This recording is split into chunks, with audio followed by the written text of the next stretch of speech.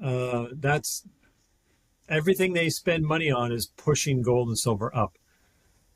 Gold hit 3,500 USD, then dipped. Do you think we're seeing any level of market manipulation, or do you feel like that's more so the market correcting itself? Well, it's a pretty good question. I think there's any dips is going to be manipulation. They're trying like heck to keep gold suppressed as long as possible, even though there's worldwide demand that's off the chart. So nothing goes straight up without natural corrections, but they are trying to suppress, gold and silver anytime they can. It gets a little bit out of hand, or it's among their, let's say, their agenda of when they're ready to buy some more physical, they'll try and suppress it. It would be my guess. So, gold and silver, to summarize, won't go straight up. Nothing does without natural horizontal moves and pullbacks. Um, and that some of it could be natural, but my guess is that there's more manipulation in there to try and buy physical when the pullbacks are engineered. And that's when you play their game, is when there is a pullback, you buy because that's what they're doing. That's what the bullion banks are doing, is they're shorting on paper contracts, and then they're buying long physical to get it cheaper. So that's what we do. You just buy it on the dips. So, do you feel like there is any more style of manipulation towards gold or silver, or do you feel like it's kind of the same across the board for precious metals?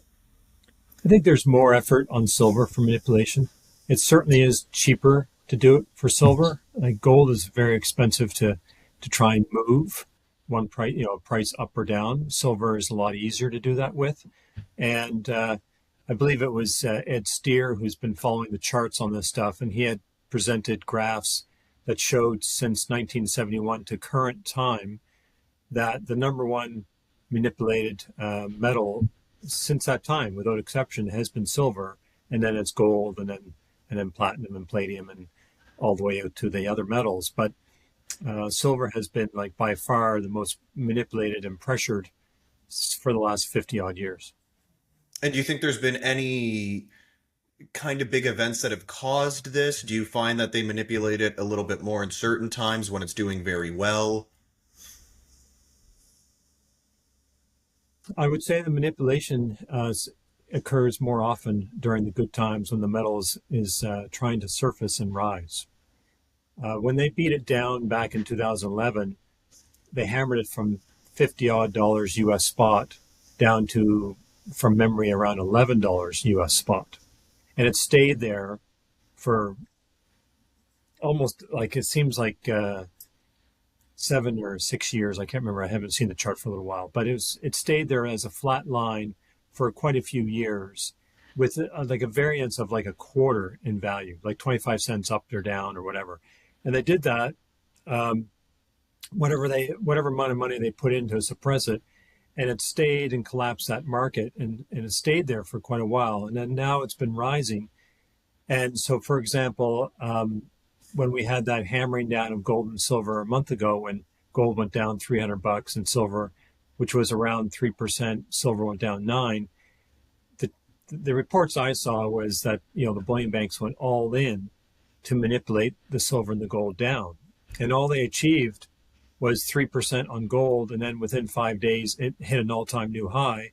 And with silver, it went down 9% and pulled back about 3. We're probably now, I don't know, a couple of dollars below the recent highs. And that's the best that they were able to do, going all in. So, that's everything they spend money on is pushing gold and silver up. So it's kind of I hope that's a close enough answer. I don't know what's going to happen short term when this whole catastrophe happens. Gold and silver does whatever it does, but once the dust settles, it'll be tremendous purchasing power because Well, it's everyone's broke. it's funny. You actually almost answered my next question, where it's hypothetically, what role would gold play in the quote unquote new world, where every country now has a central bank digital currency? But I think you kind of hit the nail on the head there. If you want to expand on that a little bit more, feel free to. Um, well, every country having a central bank digital currency is not positive. Like that's something that every citizen should be pushing back against because that's an enslavement system that they're trying to bring in. And, if we want complete anonymity, all we have to do is go back to a sound money principle, go back and back the currency with gold and have cash and inflation goes away. Amazing, miraculous. So why don't they do that? Well, because they want to collapse the currency, steal everyone's wealth, and then issue a programmable currency to have total control, the governments and the banking system. That's their ultimate on all this.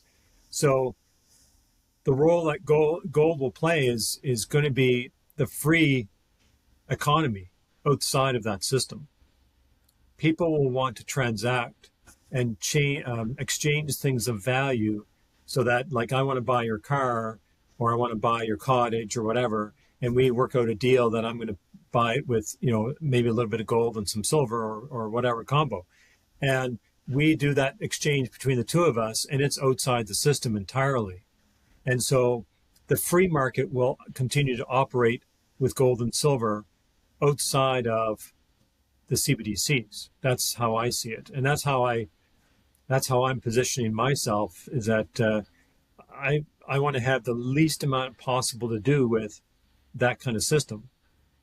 And it may be very hard to stay out of it entirely. Maybe I have to accept it so I can pay my property tax or something. But outside of that, they're not going to be backing these cryptocurrency, not crypto, the CBDCs with gold the first time around. I don't see that happening at all because Canada can't do it. US question mark. Many of the European countries don't have enough gold. Meanwhile, the BRICS nations have been buying gold hand over fist for years. Yeah. So that's not a good sign for us either. So